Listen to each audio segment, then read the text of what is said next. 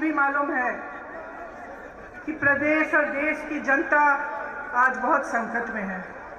मुझे मालूम है कि जिस तरह से हमारा देश चल रहा है, जिस तरह की सरकार केंद्र में है, उसकी नीतियों से आप पर कैसे कैसे संकट है और आप किस संघर्ष से गुजर रहे हैं। आज ये रैली महंगाई हटाओ रैली है। आप सब इतनी बड़ी तादाद में यहाँ क्यों आए हैं? आप इसलिए आए हैं क्योंकि आपका जीना मुश्किल हो गया है।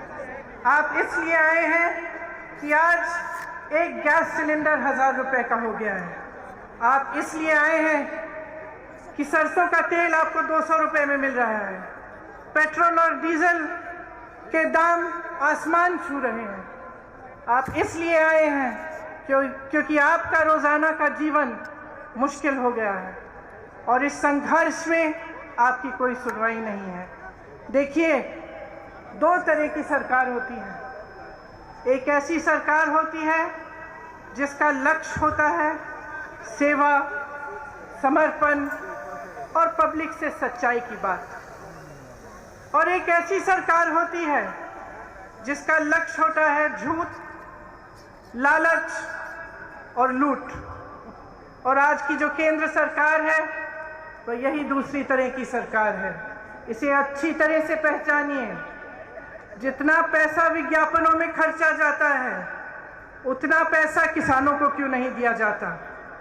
मुझे पता चला कुछ दिनों पहले कि जिस प्रदेश में मैं काम करती हूँ, उत्तर प्रदेश में, उस प्रदेश में सरकार हजारों करोड़ रुपए सिर्फ विज्ञापनों पे खर्च कर रही है, लेकिन वही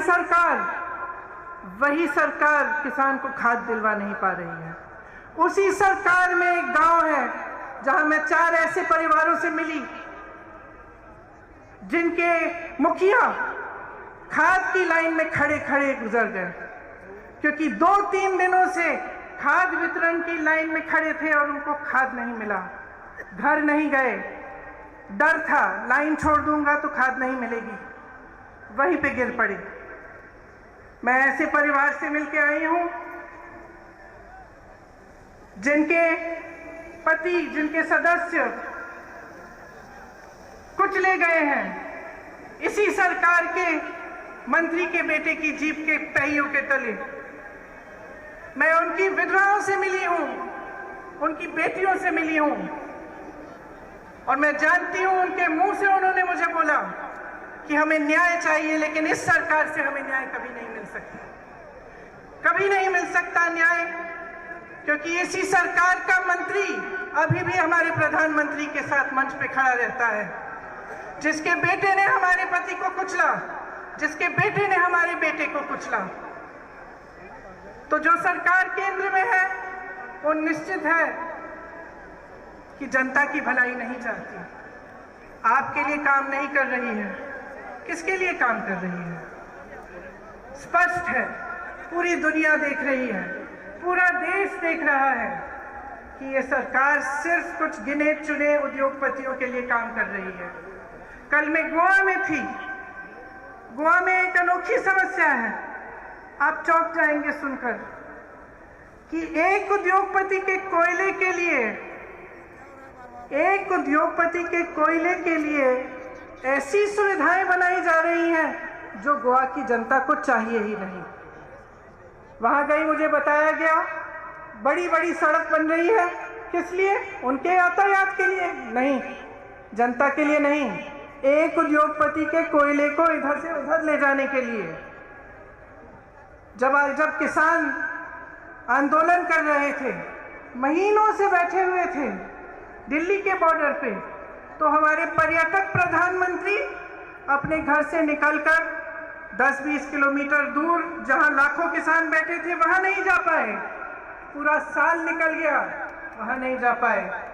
दुनिया भर में भ्रमण किया, अमेरिका गए, चाइना गए, तमाम देशों में गए, लेकिन अपने दुखी किसानों से बात करने नहीं जा पाए।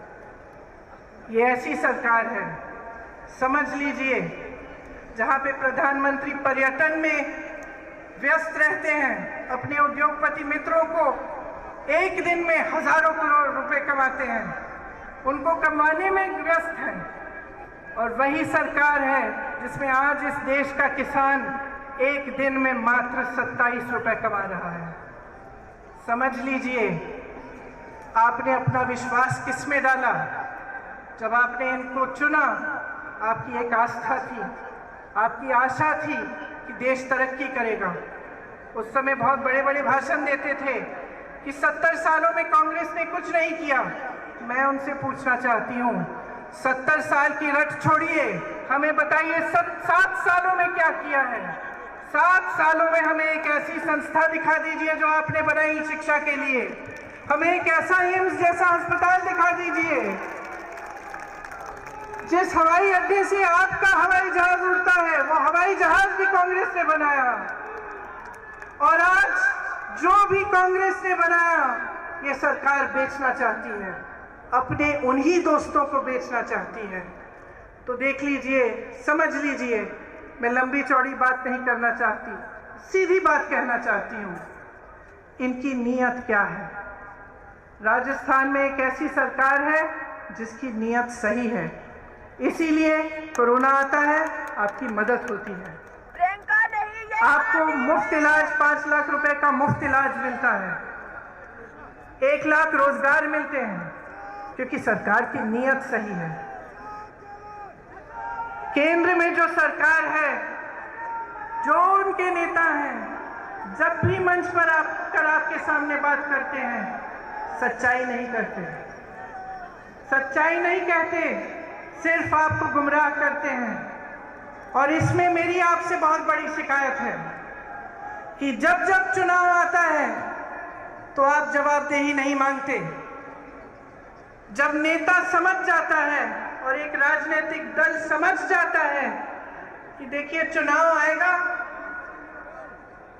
मैं ऐसी बातें करूंगा जिससे जनता गुमराह हो जाएगी, जातिवाद की बात, सांप्रदायिकता की बात, ताकि जनता मेरे से विकास के बारे में पूछेगी ही नहीं।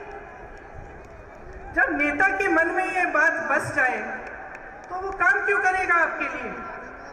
जब एक राजनीतिक दल जानता है, उसका एक एक नेता जानता है कि चुनाव के समय आपके सामने फिजूल की बातें करेंगे, आपके सामने चाइना की बातें करेंगे, किसी और देश की बातें करेंगे, कुछ ना कुछ नया निकालेंगे, लेकिन आपके विकास की बात नहीं होगी, महंगाई की बात नहीं होगी, आप कैसे अपनी जिंदगी बिता रहे हैं, किस संघर्ष से आप गुजर रहे हैं, इसकी बात नहीं होगी। जब उनके मन में ये बसा हुआ है तो वो आपके लिए कभी काम नहीं कर सकते, क्योंकि उनको मालूम है कि वे जवाबदेह नहीं है। मैं सिर्फ आपसे एक चीज मांगूंगी कि आप जागरूक बने और इस भाजपा की सरकार को जवाबदेह बनाएं। इन्होंने क्या किया है आपके लिए, पूछिए। किस वजह से इतनी महंगाई है इस देश में? जब प्रधानमंत्री जी के पास 8,000 करोड़ रुपए है अपना हवाई जहाज खरीदने के लिए, तो किसानों का बकाया क्यों नहीं देते? जब किसान को खाद की जरूरत है तो उसका दाम कम क्यों नहीं करते? उसका दाम बार बार बढ़ क्यों रहा है?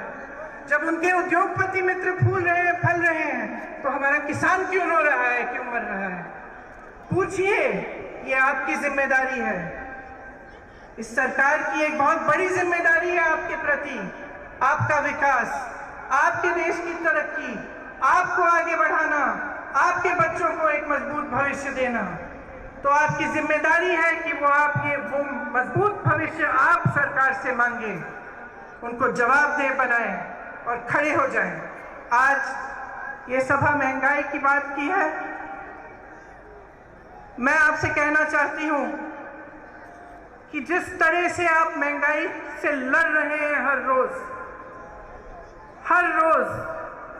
हम उसी तरह से अपनी जी जान लगाकर आपके लिए लड़ेंगे। ये सिर्फ आपकी लड़ाई नहीं है, ये इस मंच पे बैठे कांग्रेस के एक एक नेता की लड़ाई है, ये मेरी लड़ाई है, ये मेरे भाई राहुल गांधी की लड़ाई है, ये सोनिया जी की लड़ाई है, ये अशोक गहलोत जी की लड़ाई है, और तमाम यहाँ बैठे नेता आपके लिए लड़ेंगे। इस देश से महंगाई हटानी है, और इस प्रयास में आप सबको हमारे साथ लड़ना पड़ेगा। एक बार जोर से बोलिए, महंगाई को, और जोर से बोलिए, महंगाई को, महंगाई को। और इस प्रयास में हम बिल्कुल पीछे नहीं हटेंगे। हम आपके साथ हैं, आपकी लड़ाई हम लड़ते रहेंगे। धन्यवाद। जय हिंद।